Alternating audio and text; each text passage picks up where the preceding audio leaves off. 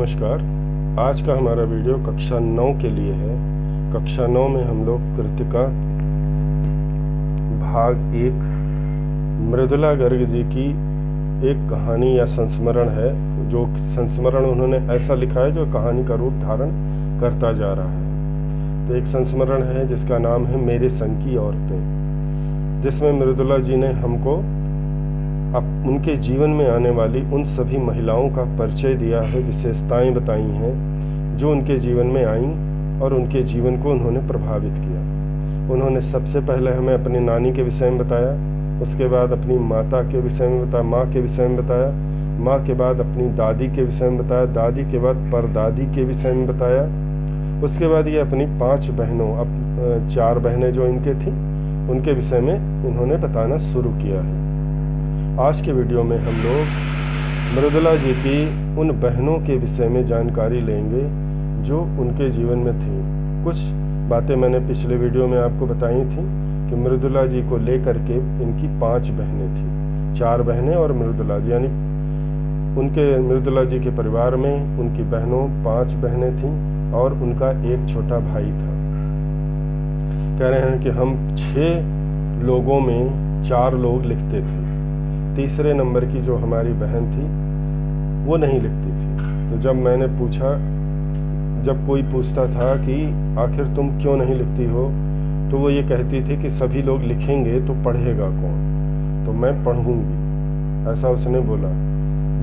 Last की 2 बहनों ने लिखना नहीं लिखा, शुरू की 3 बहनों ने लिखा और एक भाई उसने भी लिखा। लेखिका बता रहे हैं कि हमारी जो तीसरी बहन थी उसने केवल परंपरा से हट करके हम सभी ने हिंदी में लिखना शुरू किया, परंतु उसने समय की मांग के अनुसार इंग्लिश में लिखा और वो अकेली थी जो इंग्लिश में लिखती थी। इस तरह से लेखिका जी उसे अपने से अलग बता रही। अब लेखिका जी ये बताएंगी कि हमारी बहनों की क्या विशेषता थी और वे किस तरह से हिंदी में आईं और किस तरह से लेखन कार्य शुरू किया। लेखन कार्य लेखिका ने बताया था कि इतना आसान नहीं था हमारे लिए। हमारे घर में हमें इतनी स्वतंत्रता प्राप्त थी कि कोई किसी की स्वतंत्रता में बाधा उत्पन्न नहीं करता था।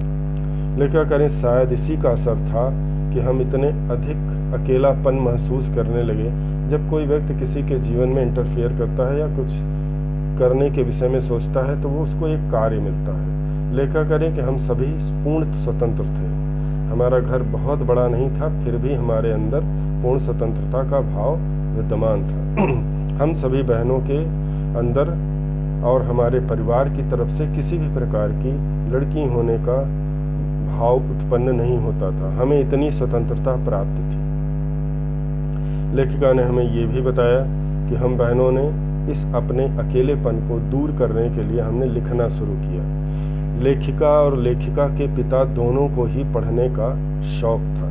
लेखिका ने पिछले वीडियो में बताया था कि मैं 15 अगस्त 1947 के भारत स्वतंत्रता आंदोलन, जब भारत स्वतंत्र हुआ था, तो आंदोलन के सफल होने के बाद जब भारत स्वतंत्र हुआ तो उसका उत्सव इंडिया गेट पर मनाया जा रहा था, परंतु मुझे टाइफाइड होने की वजह से मैं न जा सकी और उसमें शामिल ना हो सकी। इसके लिए मैं बहुत परेशान हुई।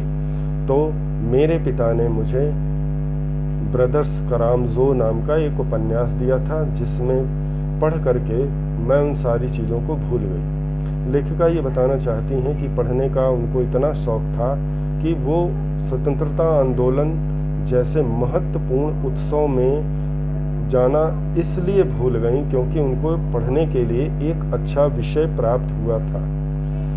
यद्यपि वो बहुत जाना चाहती थी और उन्होंने बहुत कोशिश की थी, पर डॉक्टर के मना करने के कारण वो जा न सकी थी। लेखिका ने अपना वो समय जो उत्सव में बिताया जाता, वो समय उन्होंने अपनी तरफ से उस ब्रदर्स करामजो को दिया।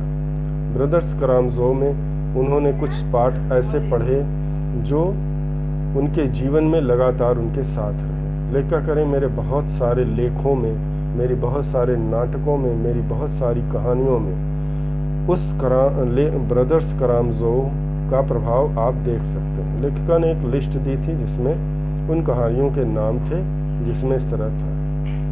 आज के वीडियो में हम लोग देखेंगे कि लेखिका अपनी बहनों के विषय में हमें क्या क्या बता रही है। तो चलिए अब हम लोग देखते हैं कि लेखिका अपनी बहनों के विषय में क्या बता रहे हैं। ये कहानी, ये संस्मरण हम लोग देख रहे थे। हम लोग यहाँ पहुँचे थे, हम 4 बहनें और तमाम खानदान हमें पढ़ता है। लेखक कह रहे हैं कि हम 4 लोग लिखते थे, यानी भाई बहनों के बीच में हम 4 थे जो लिखते थे, और हमें तमाम खानदान हमें पढ़ता था, यानी बहुत सारे लोग हमें पढ़ते थे। लिखते हम 4 ही थे और पढ़ने वालों की संख्या बहुत थी। कह रहे मेरे ससुराल में मुझे कोई नहीं पढ़ता। लेखा करे कि मैं अपने विषय में बता रही है, तो मेरे ससुराल में मुझको कोई नहीं पढ़ता, यानी मेरे लिखे हुए कृत्य को कोई नहीं पढ़ता। इस तथ्य को हजम करने में मुझे काफ़ी वक्त लगा। लेखा करे मुझे ये नहीं समझ में आता कि सारी दुनिया मुझे पढ़ती थी, परंतु मेरे ससुराल के लोग क्यों नहीं पढ़ते थे। इस तथ्य यानी घटना को हजम करना यानी पचाने में लेखिका कह रहे मुझे बहुत वक्त लगा। फिर उसके फ़ायदे भी नज़र आने लगे। लेखिका कह रहे कि जिस तरह से हर चीज़ का नुकसान होता है तो उसका कुछ फ़ायदा भी होता है। मेरा नुकसान ये था कि लोग, मेरे ससुराल वाले मुझे पढ़ते नहीं थे, परंतु मुझे उसका फ़ायदा मतलब प्रॉफिट नज़र आने लगा। कम से कम घर के भीतर तो मुझे हिंदी आलोचना बुद्धि से दो चार नहीं होना पड़ता। लेखा करे कि मैंने ये सोचकर सुकून किया, ये सोचकर महसूस किया कि अगर मेरे घर के, मेरे ससुराल के लोग भी पढ़ने लगेंगे तो वो मेरे सामने ही मेरी लिखी कृतियों की आलोचना करेंगे, और पढ़ने वाले हर व्यक्ति आलोचना करता है, तो मुझे अपनी कृतियों की आलोचना और आलोचना बुद्धि दोनों का सामना घर पर नहीं करना पड़ रहा है। लेखक कहना चाहते हैं जब मैं आलोचना करूँगी, मेरी लिखे हुए कृत्यों की आलोचना होगी, तो उसका जवाब भी मुझे देना पड़ेगा, जो एक टकराव की स्थिति उत्पन्न करेगी। मैं इन चीज़ों से बची थी और ये मेरे लिए सुकून की बात थी, भले ही मेरे ससुराल वाले उसे ना पढ़ पा रहे हों, और आरंभ में मुझे भी आश्चर्य हो रहा था कि ये क्यों नहीं पढ़ते। खैर, लेखिका जो भी है, मैं अपनी नहीं उन आदेवियों की बात करना चाहती हूँ जो परदादी की मन्नत के नतीजतन धरती पर आईं और लेखक नहीं बनी। लेखिका करें कि जो भी है, मैं अपनी बात नहीं कर रही हूँ, मैं उन आदेवियों, आदेवियों मतलब वो, लेखिका करे कि जो देवियाँ नहीं थी परंतु देवियों जैसा व्यवहार करती थी। कहें कि मैं उन आदेवियों की बात करना चाहती हूँ जो परदादी की मन्नत से के नतीजतन का मतलब होता है परिणाम स्वरूप, करें के परिणाम स्वरूप पृथ्वी पर आई थी, यानी उनका जन्म हुआ था और वे लेखक नहीं बनी थी। लेखिका कहना चाहती हैं कि परदादी ने जब मेरी माँ पहली बार प्रेग्नेंट हुई, गर्भवती हुई, तो परदादी ने मन्नत मांगी थी कि मेरी घर में पहली संतान लड़की हो। तो एक लेखिका बता रही थी कि एक के बाद एक हम 5 बहनों का अवतरण हुआ, यानी हम 5 बहनों ने जन्म लिया। करें उन 5 देवियों में मैं एक थी, और मैं उन 2 देवियों की बात कर रही हूँ जिन्होंने लिखा नहीं। जो बनी उन्हें सांस लेने की ज़रूरत कुछ ज़्यादा हो। लेखा करें जो लोग लेखिका बनी शायद उन्हें खुले में जीने की आदत हो। समझ में आता है, लेखा करें मुझे ये बात समझ में आता है कि सभी अपनी स्वतंत्र विचारों को प्रकट करने के लिए इच्छुक थे, इसलिए उन्होंने लिखा। जैसा मेरे पिताजी ने एक बार मंजुला से कहा था। मेरे पिता ने, लेखा उतारे मेरी बहन मंजुला थी, मंजुला से मेरे पिता ने एक बार कहा था, कोई दम नहीं घुटता, सांस लेने की ज़रूरत ही ज़्यादा है।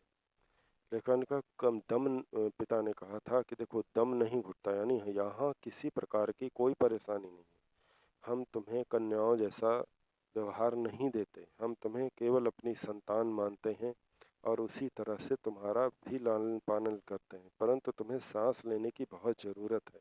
सांस लेने का मतलब तुम्हें स्वतंत्रता और स्वतंत्रता की अभिव्यक्ति को प्रदर्शित करने की सख्त ज़रूरत है।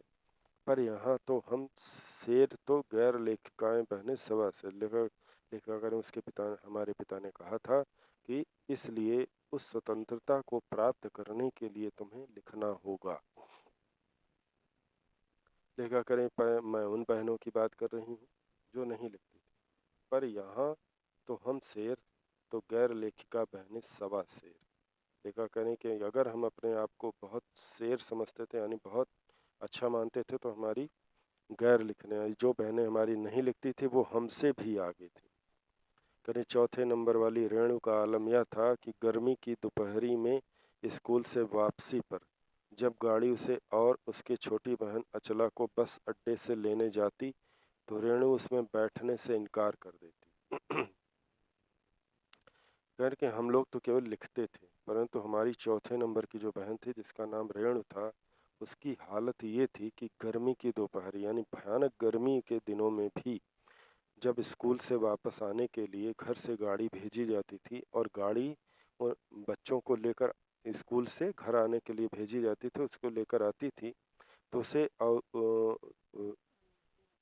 रेणु और उसकी छोटी बहन दोनों वहाँ पढ़ते थे कि उनको लेने के लिए गाड़ी भेजी जाती थी तो अचला को बस अड्डे से लेने जाती थी और वो बस अड्डे पर बैठकर आती थी तो रेणु उसमें बैठने से इनकार कर देती। रेणु जो थी उस गाड़ी पर बैठने से इनकार कर देती थी। उसका कहना था कि यूं थोड़ा सा रास्ता गाड़ी में बैठकर तय करना सामंतशाही का प्रतीक था। उसका कहना ये था कि ये थोड़ा सा रास्ता बस स्टैंड से घर तक का, अगर हम इस गाड़ी में बैठकर जाएंगे तो हमें ऐसा महसूस होगा कि मैं शासक हूँ, सामंत हूँ और ये सामंतशाही का प्रतीक है यानी जबरदस्ती दूसरों पर रोब गांठने जैसी बात होगी, पर साथ ही पिता के अतिरिक्त लाड़का भी।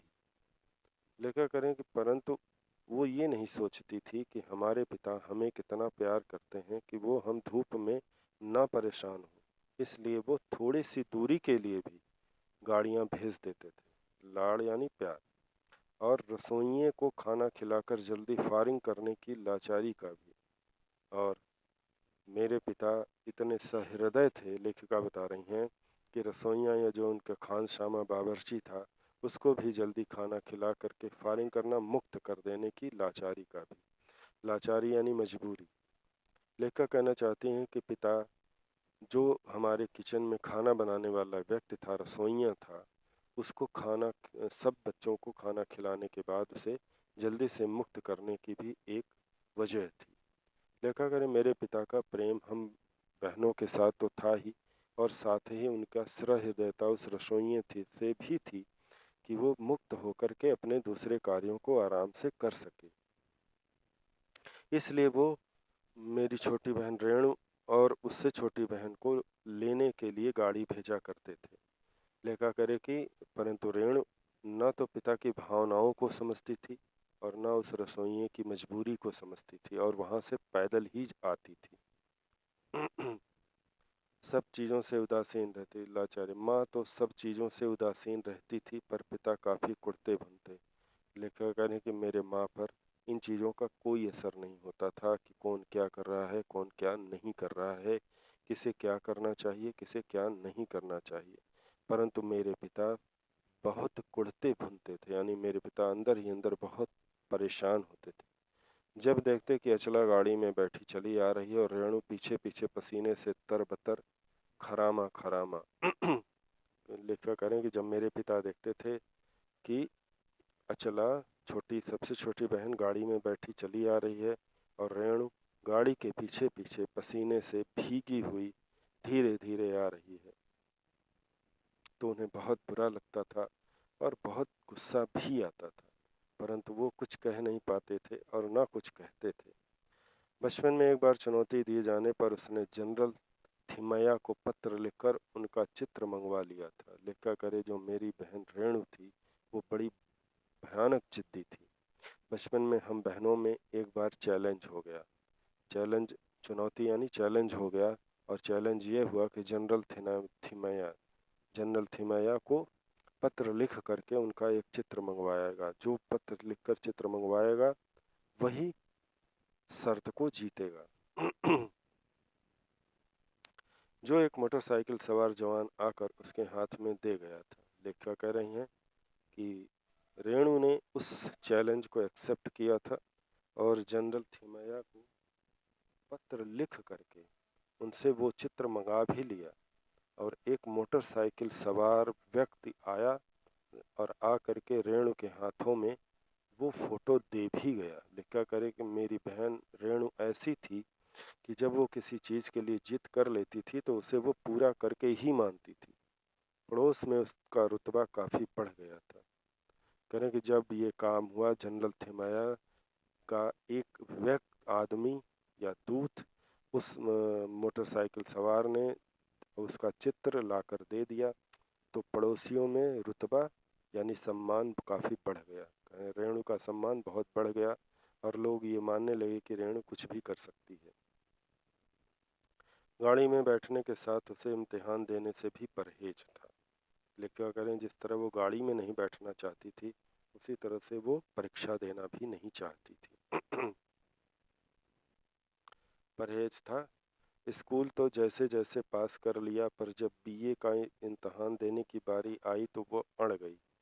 लेखक बता रहे हैं कि रेणु ने जैसे तैसे इंटर पास कर लिया, किसी तरह कह सुन करके, परंतु जब ऑनर्स की बात आई तो उसे वो अड़ गई कि मैं क्यों परीक्षा दूं। उसने प्रश्न किया, पहले मुझे समझाओ कि बीए करना क्यों ज़रूरी है, तब मैं इम्तहान दूंगी। लेखिका कह रहे हैं कि वो इस बात पर अड़ गई कि पहले तुम ये बताओ कि मुझे बीए का इम्तहान क्यों देना चाहिए, और जब आप मुझे समझाएं, जब आप मुझे इस बात को समझा देंगे तो मैं इम्तहान दूंगी। अगर मुझे यकीन आ गया कि हाँ कोई फ़ायदा है तो ही मैं एग्ज़ाम दूंगी, परीक्षा दूंगी, वरना मैं परीक्षा नहीं दूंगी। हमने तरह तरह के तर्क दिए। माँ ने कहा, पिताजी से पूछो। सभी लेखक करे कि हम भाई बहनों ने मिल करके उसे तमाम तरह के तर्क दिए। जब हम हार गए तो हमने उसको माँ के सामने पेश किया। माँ ने सीधा सा जवाब दे दिया कि जाओ और जाकर अपने पिता से पूछो कि तुम्हें ये इम्तहान क्यों देना चाहिए। पिताजी ने कहा, नौकरी कर पाओगी, शादी कर पाओगी, लोग इज्जत से देखेंगे। पिताजी ने कहा, तुम नौकरी कर पाओगी, पढ़ लिख गई तो नौकरी कर पाओगी, शादी कर पाओगी, और लोग तुम्हें इज्जत से देखेंगे, वगैरह वगैरह, यानी आदि आदि बातें उनको बताई। कोई तर्क विश्वसनीय नहीं लगा। लेखिका कह रही हैं कि मेरी बहन रेणु को कोई भी तर्क उचित नहीं लगा, न रेणु को न खुद उन्हें। कहने न रेणु को लगा और न, लेखिका कह रही कि मुझे स्वयं भी सारे तर्क बेतर्क लगे। आखिर उन्होंने उसी कुतर्क का सहारा लिया जो युगों से माँ बाप के काम आता आया रहा है। लेखिका कह रहे हैं कि अंत में पिता परेशान हो गए और उन्होंने उसी तर्क का सहारा लिया जो बचपन आदि समय से, बहुत दिनों से, जो माता पिता जिस कुतर्क का सहारा लेकर बच्चों से काम करवाते आए हैं। कहा, बीए करो क्योंकि मैं कह रहा हूँ, करो। अंत में पिता ने ऐलान कर दिया कि तुम्हें बीए करना है और इसलिए करना है क्योंकि मैं कह रहा हूँ, और इसका तुम्हारे पास कोई ऑप्शन नहीं है। लेखिका कुल मिलाकर ये कहना चाहती है कि जब पिता हार गए तो उन्होंने उसे आदेश दे दिया कि अब तुम्हें ये करना ही है और इसके अलावा तुम्हारे पास कोई चारा नहीं। रेणु ने बीए कर तो लिया, पर सिर्फ पिता की खुशी के लिए। लेखिका करें कि मेरी बहन रेणु ने बीए किया, परंतु उसे उसमें कोई लगाव नहीं था। वो सिर्फ पिता की खुशी के लिए उसने ऐसा किया, यानी पास होने लायक नंबर लाकर छोड़ दिया। लेखा करें केवल वो नंबरों पास हो गई, उसने कोई मेहनत नहीं की या कोई भी प्रयास नहीं किया कि मुझे अच्छे नंबर मिले, बस वो पास हो गई जिससे पिता खुश हो जाए। सच बोलने में वह माँ से भी 2 कदम आ गई थी। लेखा करें हैं कि मेरी माँ प्रसिद्ध थी कि वो हमेशा सत्य बोलती। रेणु रेणु मेरी माँ से भी आगे थी और वो हमेशा सच बोलती थी। वह मजाक कर रही होगी, इसलिए बिना मेहनत वह लोगों से हंसाए रख लेती है। नहीं, गनीमत यह है कि आधा समय उसके सच सुनकर लोग सोचते कि वह मजाक कर रही होगी, इसलिए बिना मेहनत वह लोगों को हंसाए रख लेती है।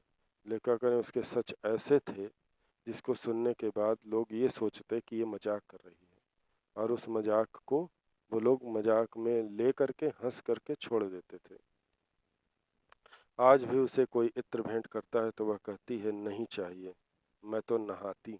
लेखिका कह रही है कि आज भी रेणु को कोई इत्र यानी परफ्यूम अगर गिफ्ट कर देता है तो कहती है कि मुझे नहीं चाहिए, मैं तो नहाती हूँ।